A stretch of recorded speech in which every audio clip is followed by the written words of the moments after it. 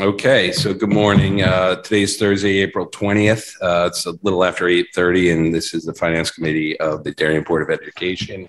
Looks like our next meeting will be May 18th. And so just running down our agenda, the first item is a review March 2023 financial report. Rich. So the financial report through March shows a positive balance of $864,678. The change from the previous month is a little over $137,000. Really only one change makes up the bulk of that, which we'll go over. But the changes include $1,070 for additional parking fees, and that's really just a product of when the students turned eligible to drive. Reduction of $4,500 for a long-term substitute for a paraprofessional. $285 for additional gate receipts for basketball. Deficit of $1,080 for the Board of Ed's share for the donation of the French horn that was accepted at the last meeting. This is the one transfer that we'll recommend. And then finally, the biggest change, $141,756 for additional excess costs. Our reimbursement rate has been increased from 70% to 73.7% from the state of Connecticut. And we did include in the packet the estimated revenues from the state of Connecticut. We should receive that balance at the end of May. So the general education RCs total a positive $161,470, which is relatively consistent with the prior months. And then the special education RCs are a positive $703,208. And again, that's primarily all related to excess cost reimbursement for the total of $864,678. As I mentioned earlier, the parking fees at DHS are a positive balance of just over $4,000. There are no changes in RC3, RC5, RC7, 8, 10, 11. 11 is the slight increase in gate receipts for basketball. French horn in RC13, you'll see the negative balance of $1,080, which is for that donation again of the French horn. No change in RC20, 23, and then again in RC24. As I mentioned just earlier, we are having a reimbursement rate of 73.71 for a total reimbursement for excess cost of $2,816,522. And again, the final balance should be received at the end of May, and we've received about $1.8 million of that $2.8 million. Those are really the only real changes in terms of financial report for the month of March. So one clarification, isn't it an English horn? Oh, is it an English horn? It could be an English horn. I remember the double reed, bigger oboe type thing, right? That's the thing we're talking about, the instrument we're talking about. Okay, just fix that for the, so we don't get confused. Go ahead. It should be on. No? Okay. I'm sorry. It's different than the one over there. You're good. So Rich, question for you about ECR.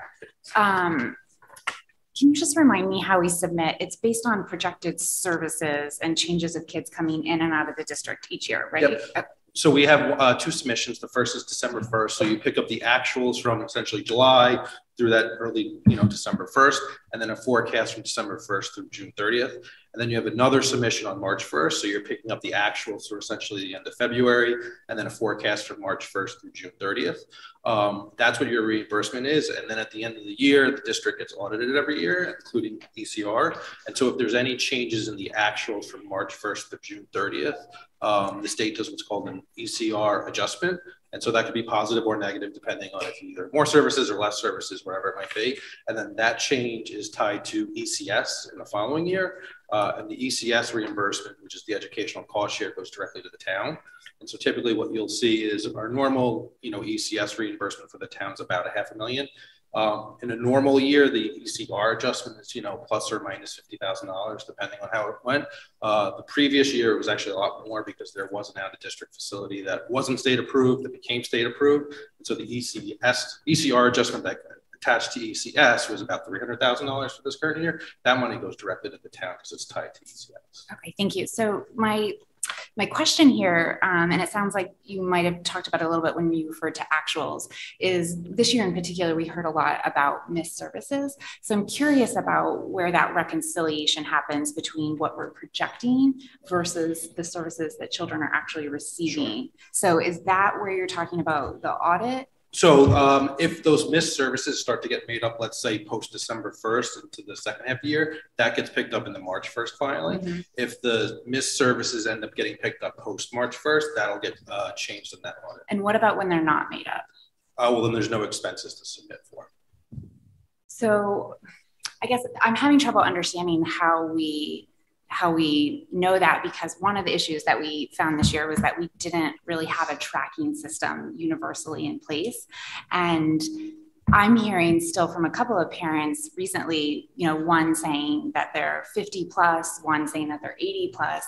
And there just doesn't seem to be enough time between now and the end of, by June 30th to get those in. So I'm curious how we know what we actually fulfilled versus what we projected. Sure. So what's fulfilled, I would probably have to defer to Shirley. If additional services aren't made up, let's say by June 30th, a lot of times what will happen is it's made up in ESY. So if it's made up in ESY, that becomes an excess cost reimbursement for the following year because it happens post June 30th.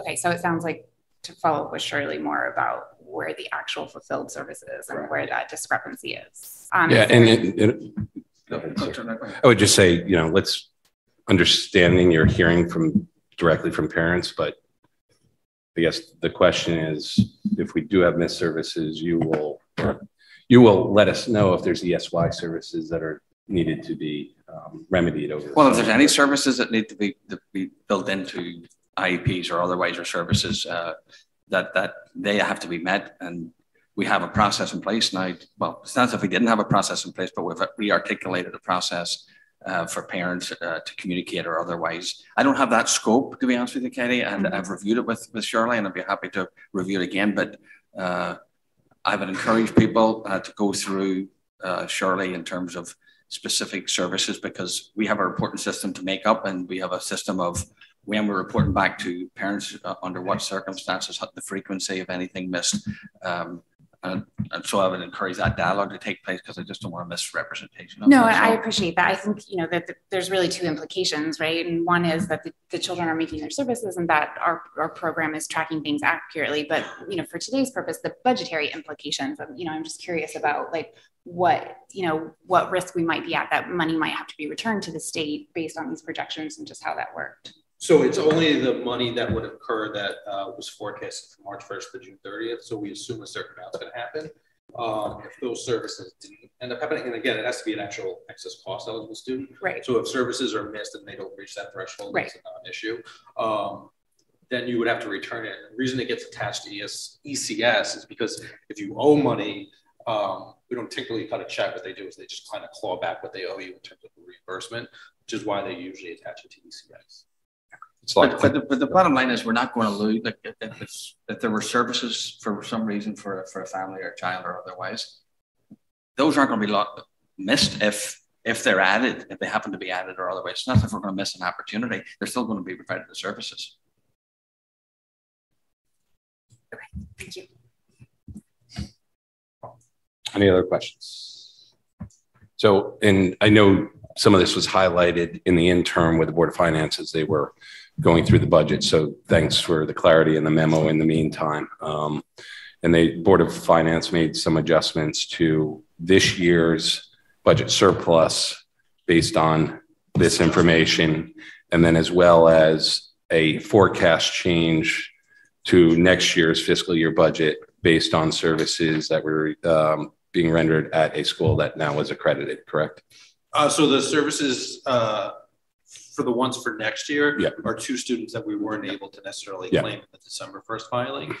So there was a reduction to the budget of a little over $100,000, which related to additional ECR forecasted revenue for fiscal 24.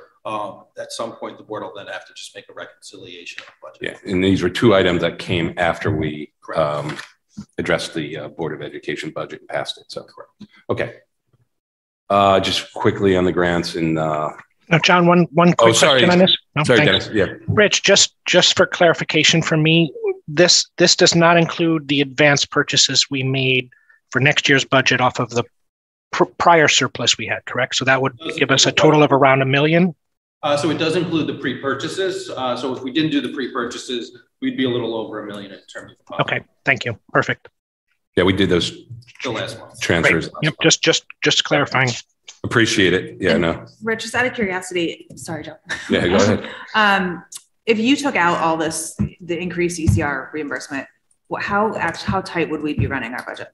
So if you took out the ECR reimbursement and then you took out the pre-purchases, we would probably be about like 350 or so. But part of that also includes the mid-year hires for the security proposal and then the director of mental health. Okay. So there was a lot of moving pieces this year in terms of the mid-year ads for staff and then the pre-purchases. So if you add it all, we'll probably be about 700,000 if you take out the SSOs and the director of mental health. Probably 2/3 of that were those 3 elementary sections that ended up not meeting enrollment. Thanks. So yeah, if you just quickly on the grants and. Yep. So in terms of food service, not much change from the previous month. We did have a profit through February of just over 138,000. Fund balance forecasted at $570,000. We are forecasting a positive balance at the end of the year of just over $225,000. And we are going to go forward with that. We discussed at the last meeting, the purchase of some equipment out of our fund balance. In terms of the grants, there aren't many changes. It is all the same grants that we had at the previous meeting. We do again have that balance in the ARP ESSER funds, which have to be expended by June 30th of 2024, so a year from now. And that balance is about $88,000. Okay.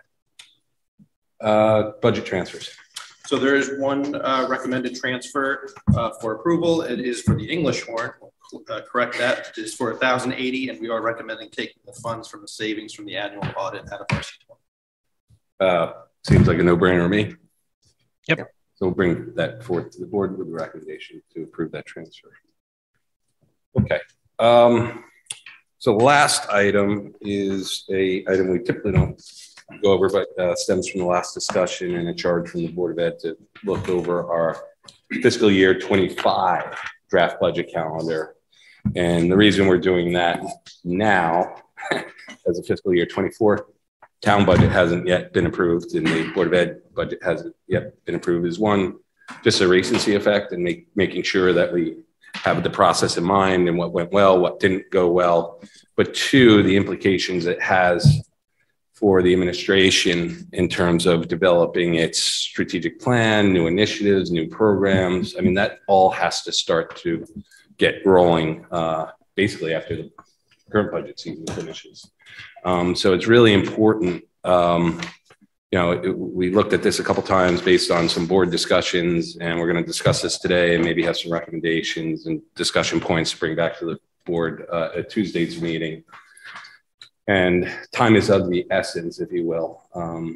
Not to say that we're not going to listen or rush this through, but so the administration has time to kind of set up its budget calendar. So I think one of the tasks that we asked was the administration to come back with a revised draft budget calendar and also the memo around the commentary why we're thinking about what we're thinking about. But I kind of want to start at a highlight the email that I sent out to the 2 RTM committee chairs and Jim Palin of Board of Finance is kind of the essence of why we're trying to do this. And it's, again, allow the discussions around policy, new programs, everything that's not budget related to occur before we get to budget season. Because we have been criticized internally and externally that, we address some new items within the budget cycle and we spend too much time on the policy issues and not enough time on the budget. So that's critical. The Q&A process we discussed last week, Rich said there were 240 questions, but that number has grown with the Board of Finance questions. I'm sure that number is going to grow with RTM related questions. So we do want to receive questions, but find a way to better streamline them and reduce redundancy along those. And so I think that's really important. And how we receive them, I think we'll discuss it as a committee and as a board, but I think it'd be more suitable or appropriate that the questions come into the board, addressed to the board, and the board works through its own questions and the questions we receive from the public, and then task the administration to answer those kind of loose ends, if you will, and weed out the policy related questions that aren't tied to the budget.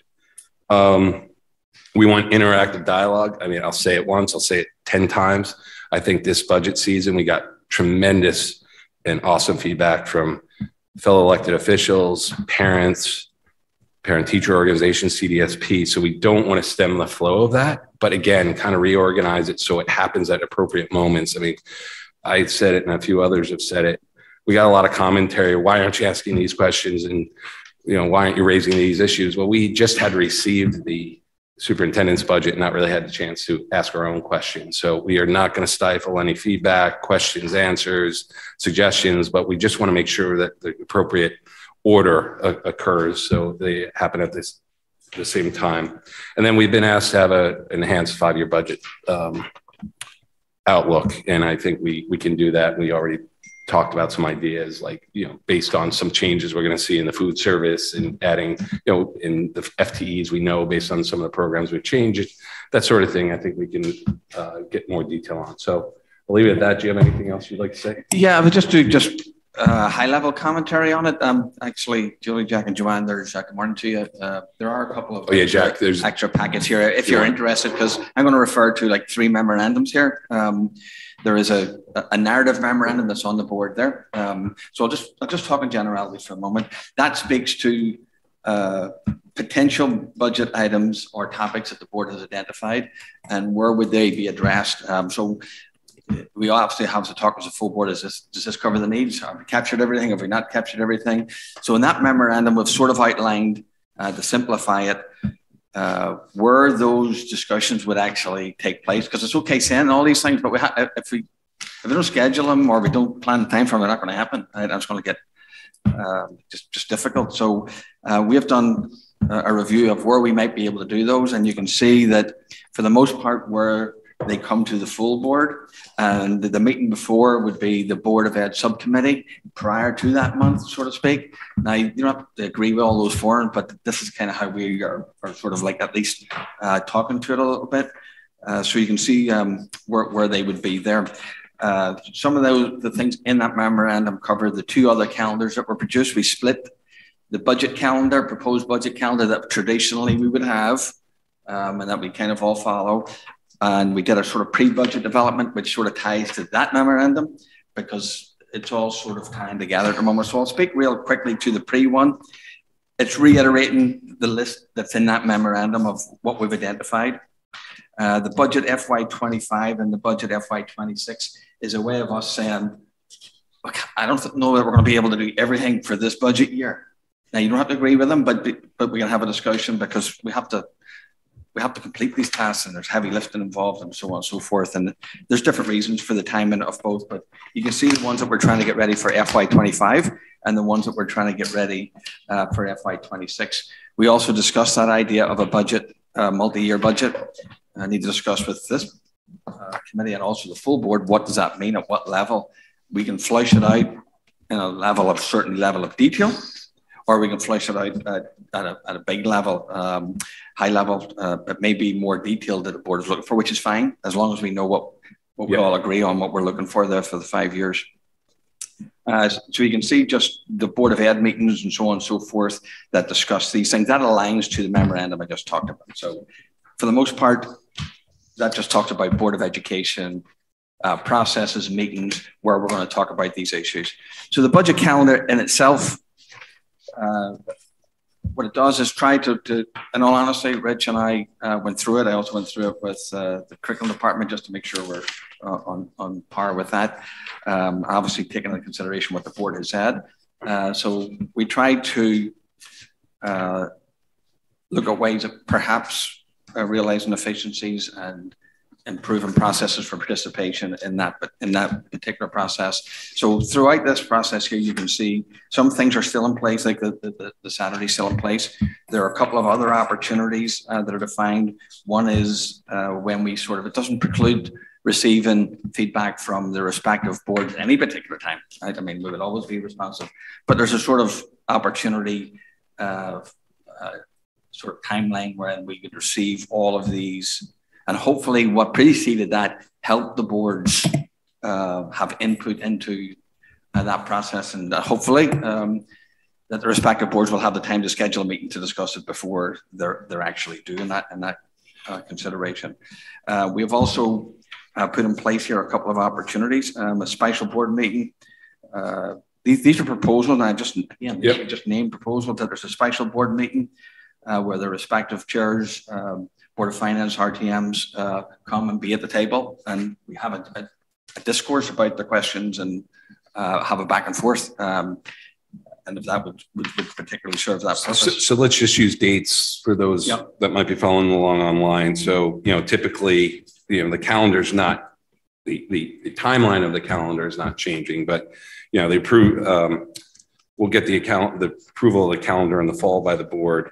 And then you move the tour of the schools up to December 9th now. Yes, that's a big correct. change. Okay. And then December 21, the budget books are basically when you say receives budget books, that's a superintendent's proposed budget. So correct. If you could add that. So that's December 21st. That doesn't really change the timeline. No, so I'm also trying to, in this process, can we clarify, we might as well annotate who gets budget books, when they get the budget books, what nature of the budget books, because it relatively can change every year and it just gets confusing down the stretch.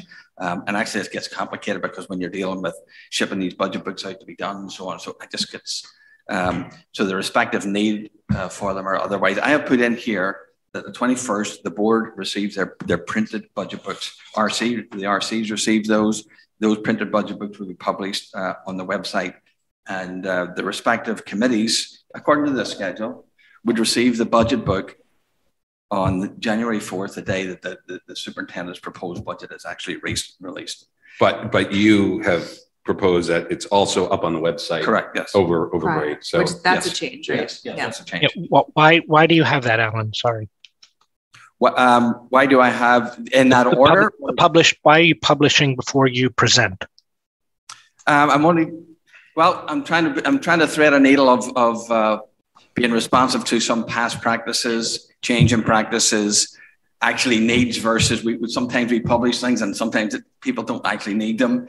I'm also sort of honoring the press a wee bit of the board gets theirs in advance and also not going crazy before the proposed budget is actually on the table a little bit. So I'm just trying to thread the needle and read the community and the board's actually what the needs are versus what is helpful, and also just my 2 cents personally. I would rather have the budget published on the website when the superintendent presents the budget on that same day. So after the budget is presented, then it goes on the website, and so the Board of Education and the cabinet have the winter break or the Christmas, whatever you want to call it, the 2 weeks there to review their budgets in private and formulate their own questions without having the public comment because they can see it on a website. So I know there's going to be comments on this, but I might have a suggestion. Yep. Can we check with legal staff?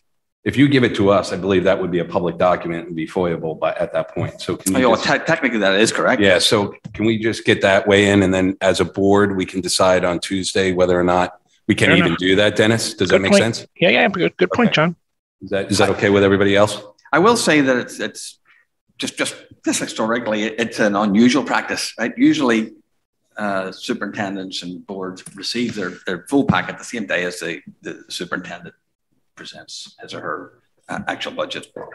So that's typically what happens, but I'm just trying to honor something. Okay, so let's just, if that's okay. Yes. Yeah. Thank you. We could talk about, I do think a lot of this conversation has to be with the 9 of us, not absolutely. 4 of us. So I'm fine tabling this till Tuesday. Well, and again, remember, we only come with recommendations. We don't make decisions. Yep. We're tasked with kind of raising this issue, right? So now we don't have to cover it. It's going to be answered by our hopefully Tuesday board meeting, and then we will make a decision as a board.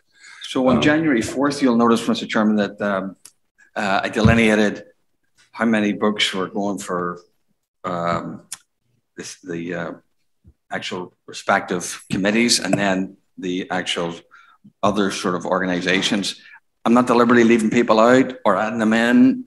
This is kind of what you've done. What I'm thinking is relatively we have sort of done in the past. Continues to come up in terms of are we continuing to do that? So I've named those there. If that's not the case, then we can discuss that too. I think we had talked about an opt-in for those members somehow getting a Google Doc or survey or whatever, so that you're only printing. We don't need to kill excess trees if we don't need to. So is that a manageable process for an opt-in process for the administration to manage? Opt-in. Well, it'll always on the 4th. It'll be published on the website, so that's a given, right? So is the question an opt-in for hard copy? For hard copies? Yeah. Yes. fine. That's fine. Okay, yeah, so I would suggest that too. I mean, these budget books, if you haven't seen them, how many pages? 300 each at least. 300 each. And how many books do you ultimately print typically? One What- other just quick suggestion. Hold on one second. Do you know the cost to print all the books? Roughly? I mean, the main cost is obviously the paper and the tabs. It's a little over $1,000. Okay. A lot of trees or half a tree. Go ahead, Katie. I think it would be helpful if, especially since it's going online and early, if instead of one enormous file that downloaded, especially to encourage people maybe not to have a book if they're not going through every line item and have a specific interest, if it's possible to break it up into sort of a more interactive document so that you can click links by sections, maybe by RC or something. I think it would help to be able to navigate Online. Yes. And so that way, maybe if the online one was a little more user friendly, less people would opt in for the paper. So I think of the town plan of conservation development, I believe you can go and get to each chapter. So you don't have to scroll through 300 pages on a PDF. I don't know. Can you guys see if you can? Yeah. There's probably a way to put like hyperlinks on the Yeah. Or HRC. Thank you. That's a good improvement. Nice idea. I like that a lot. Okay, so we're now through January 4th. So bottom line, if it's a foyable document, I think we all agree that it should be available to the public once it's issued to us. I don't want to hold it up until January 4th from the board. Is that an agreement as well? What do you mean that? If it's foyable, we got to put it online December 21st. Alan said it's not common. John, there's a difference between publishing and making it available. So just to be clear, you could have it, everyone could own it, and under FOIA, someone would have the right to ask for it. You don't actually have to publish it. That's an additional. I understand, but if it's foyable, I would very much prefer it's public. So let's make it public. But no one wants to hold it back till January 4th from the board, correct? From the board? No. Okay. Okay. Then January 6th. Oh no. Then you do January 4th. The presentation is proposed budget. That's typical. Yep. And then January 6th, regular Board of Education meeting, and that's Super Saturday. Okay. So one of the questions that I've heard has been posed to us is, are we doing the Q&A similarly? My answer is that is a decision of the chair at the time. They run the meetings, they determine whether or not, with board input, of course, how to structure their meetings. So I don't really think it's in our purview to make a recommendation on how the Q&A is answered. I think upon budget season next year, Duke, whoever's the chair, gets to delineate that with administration. Again, there's no intent to kind of stifling things. If I was running the meeting, I wouldn't poll every single entity after every single item, because if you added up the time just saying RTM committee, it's probably a good 20 minutes of the day by polling each one. I would say any questions, and then you take the questions. That's just my recommendation. However, it's the chair's purview, so I don't know if we want to get into that, but I don't know that we need to get into it, but I do want to make sure that the people that are in that room on Saturday can raise questions. I forget the wording in here, but it was like, whatever. I just want to make sure that everybody can ask questions on that day, that we are not stifling. Nope. Because I actually find some of those questions really helpful, because it may not be something that I thought about when I went through the budget. So it's valuable to me to have people ask questions. Now, I do think it's very important that questions are addressed to the board going forward, though, because I think, again, as I've said before, I don't have the opportunity, even as a board member, to go to Rich and ask a question directly. We typically have to go through Alan, and we typically, as a board, ask the administration questions, not single individuals. So I think that's going to be a nuance that, again, the chair next year can kind of work through. But I think that will also, address the question of the board. Then we can figure out which questions we want ultimately answered. But again, reiterating, participation is deeply important to us from both the community, parents, parent-teacher organizations, and fellow elected officials. January 9th. So that's a general follow-up. That's just a general follow-up board meeting that we have. And then the 12th is really what we're suggesting between the 4th and the 12th. I have to I don't know, for instance, Jack or any other board members challenges in being able to put together questions in that time period. But we're looking to see between the 4th and the 12th. By the 12th, can we get a series of questions? It's not going to preclude other questions coming whenever they have them, but it might just sort of simplify it a little bit. At least that's the suggestion. So organize, reduce redundancy, weed out the questions that have nothing to do with the budget. You know, all those would be the goals there. And then again, if the questions are coming to the board, then we as a board have to determine, you know, which questions move forward to the administration. Okay, so there's got to be a point in which we, you know, go through and, you know, basically approve or give you guidance on which questions to answer. Yeah, John, I think that's the part that's missing for me on this January 12th, because it seems like it's the way I'm reading this is the Board of Finance RTM are submitting questions that the school will submit answers sometime January 23rd, I'm guessing. That's the way I'm reading this document. 18th. The 18th. For me, I think I'm with you, John. I think there's a step in here that the board goes through and because this is still our document and it's not the public. So I'm struggling with having transparency and allowing questions, but I also don't want 250 questions answered by administration. And I think we need a filter, as I think you were saying, that to go through those questions at this point.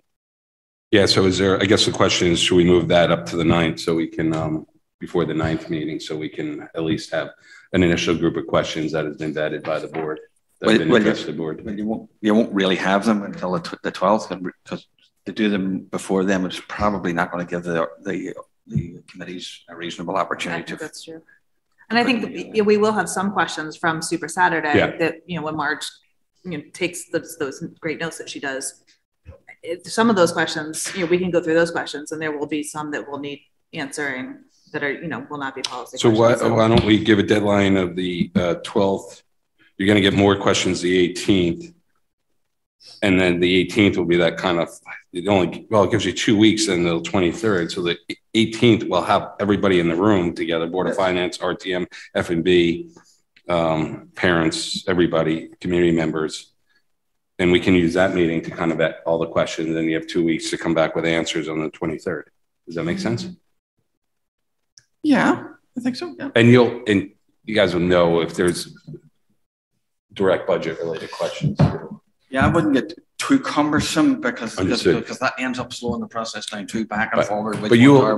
What my point is there's a straight budget related question. You'll know that's appropriate to answer to. That hasn't been asked. So, okay. John, a question I would ask the committee to consider is, we're talking about this in terms of questions, which might be something like, what does this line item of this RC mean? But historically, we've also gotten other types of feedback from our fellow government bodies, whether it's at the highest level of guidance to, you know, other things like, are you thinking about forecasting? So this is written as questions, but my question to you guys is, what about feedback, higher level feedback? How are you wanting that to go? Why don't we put questions/comments on every point of this document that you have questions, okay? Well, that's clearly the purpose of bringing perhaps the chairs and so on, committees to the actual table. That meeting on the 18th, yeah. I like the timeline because it gives us, you know, ample time as a board to kind of go through things, receive input, questions, and then bring everybody together for kind of that input. I mean, and I think it's only like a 2-week slide from what we experienced this year. I think the rest of the dates sort of flow with the general process, other than the joint perhaps meeting. Mr. Davis was nice enough to try and organize a sort of joint meeting. If that's something that they feel is appropriate, fine. If it's not, then that's another discussion. So, but that's. And again, I mean, will be up to you and the chair at the time, but, you know, I see this as like a 3-step process in that, well, maybe even 4. Your proposed budget comes to the board. While we're deliberating it and discussing it and receiving questions and comments, those bodies that want to participate should be coming to our meetings, right? And then we hand it off to the Board of Finance. And if there's any more additional comments, questions, tied to the Board of Education's approved budget within the Board of Finance's discussion. They go to the Board of Finance table, right? So you've been invited or told not to show up at meetings. And then, when it gets handed to the RTM, same thing. If there are still outstanding questions, issues that are outstanding, board chair and administration would go and address the RTM committees. And I hope, as you said, Mr. Davis has organized a kind of a combined meeting, so it doesn't take up too much of your time and you can answer all the questions coming from the RTM. I think that's a great structure. And I think the only point I would make to your, and I agree your structure is solid. The point, the caveat, if that's the right word, is the first two steps in the process, you can still fight to put something in the budget. The last two steps of the budget, you can only remove. Well, maybe the Board of Finance can add. Board of Finance can add, Correct. Correct. But the RTM cannot. So but the Board of Finance can only add money. They can't add a program. Correct. So to me, there's capital two, right? Yeah, but there's a fundamental part in there that only while it's our budget can we specifically tie monies to programs or initiatives. You can tell me later, Jack. Okay. So. Could I just be clear about this? Yes. I just want to be clear about what I just said there. Just it might help. That idea of the joint meeting. I'm not asking respective boards to call joint meetings. This is a meeting of the Board of Education at which we are calling all of them to the table. What would give me the date? That doesn't preclude people having their separate meetings, us doing something else. Hold on. So wait. March 9th. We have two meetings. Okay. Special Board of Education meeting, including chair designation from Board of Finance, RTM F&B, and RTM Education Committee. That's January 18th. Okay. Yep. Mm-hmm. And then we go to March 19th. Yes. Those are Board of Education where we're proposing to invite the respective board chairs and so on to those meetings. But you then might be invited to go to their meetings in front of their boards as they deliberate the Board of Education budget. Yeah, of course. So is that not redundant at that point because our budget has been approved? Well, I think we need to work with the respective boards to see what is actually going to work. Okay. Here, right? What's the best? What I don't want to see happen is do all these changes and then we do exactly what we did in any other given year on top of it. Now it's more confusion or more meetings, or just, I think there's a level of efficiency we're trying to get at, but we need to do that in collaboration with the respective board chairs. I mean, there might be I guess the way I see it, when the Board of Finance deliberates the Board of Education's approved budget, they might have outstanding questions. A perfect one was the budget changes that occurred after our approved budget, right? So it's helpful to either have a response or you there, if you will. And they'll invite you if they need you. And I feel like that's the same way the RTM would be at the point in which they receive the Board of Finance's approved budget. So, again, you can work with the chair and therefore this might not even be needed, right? So, I put the March 19th if needed, Rich, is anything I'm missing there just in terms of? I think the idea was for the one in January, it was a chance for the other government bodies to give comments, feedback, input on the superintendent's budget, which might be comments that the Board of Ed might not be thinking about at the time. And then the March 19th meeting was to give feedback on what's ultimately the board's budget at that time, similar to what the Board of Finance does at their March. Okay. I mean, I'm not fighting. I just don't know if it's going to be needed or not. It might not be depending on what happens between the differences. Okay. At one point we were talking about, I think Dennis was talking about this too, where the public hearing fell. Are we comfortable with this? And I actually also, I'm noticing the ad cut is listed on this twice. Is that? Give me the dates if you could. The 23rd of January. So the 23rd is for actual request to go up on the, when the board actually makes decisions to put something up. Okay. And then the one on, the 6th. The 6th is when there's a discussion on what got put up. Okay. And then obviously you're voting on the vote. Okay. So that's the vote versus the. Okay. And if that's the case, then I like having the public hearing prior to the 6th. I think that makes sense. Absolutely. Yeah, I agree, Sarah. To me, that allows us to, digest the special hearing or the public hearing. Sorry, and then if we want to take action on those points, we can raise them on the 6th. Yeah, and that's exactly how we changed it like a year or so Yeah, ago. and I thought it worked well. Yeah, it worked great. Okay. And then the rest flows through based on the charter, and yeah, and ends with the town budget meeting. Okay. So that was the calendar. There are, I guess, the issues that have been listed that have been defined by the board. I don't know if that really falls under the purview of us. I would just take it to the board. So it's a great start and I appreciate it. But I don't think that we need to discuss that here because it really has nothing to do with the budget calendar. It has to do with more the annual calendar or the master agenda. Yeah, the only tacit connection is just that these are the issues that are potentially feeding into the budget. Absolutely. But understood. I think that's great. I'm wondering, am I missing anything? Anybody else have any comments? No. So there's a space on the agenda for this Tuesday night, correct? Yes. Yes, correct. So I guess what I would do is, you guys have a couple small changes to bring to the board. We have the issue around when it gets published to talk to the board.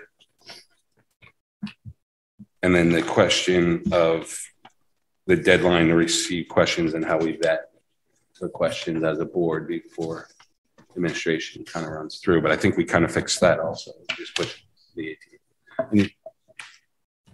So, okay. Yeah, no, I think. And maybe March 19th, just put if needed in parentheses. That fit with everybody? Yes. Yep. Okay. Any other questions on this before we go to public comment? All right, I think we're going to go to public comment. We'll start in here first. Okay, Michelle. Good morning. Anyone in person would like, please state your name and address for I the would record. sit, if you could just sit down up. Joanna, you can move up closer and just, if the mic's, I don't know if that mic's working.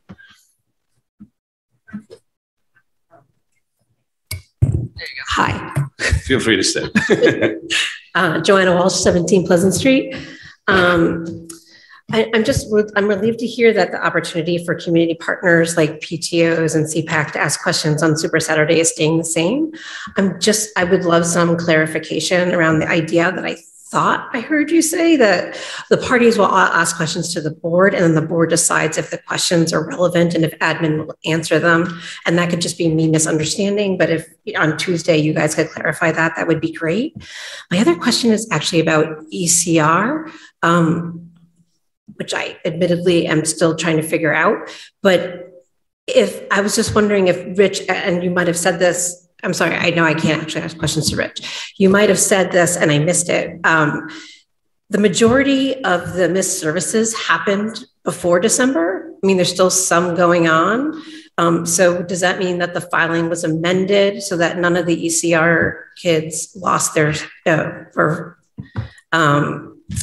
submitted for those services that they didn't get? And you might have already said that. So thank you. So I think I'll address the committee in terms of the first question. The second one, I don't want to touch because it's not on our agenda. So that's a great suggestion. We'll clarify that with the board. One thing I will mention and remind folks is that PTO, CDSP also have a private meeting with you regarding your proposed budget, correct? When I say not private, but a direct meeting, when you bring your proposed budget, don't you create a... Only after it's presented. Understood. Yeah. But you have that opportunity to sit with CDSP. Yeah, we do. Yeah. And I don't mean private, I mean it's open to all members. We meet monthly. Okay, got it. Anybody else? No? Anybody online? Anyone online would like to participate? There are no raised hands at this time. Perfect. So could I get a motion to adjourn? Second.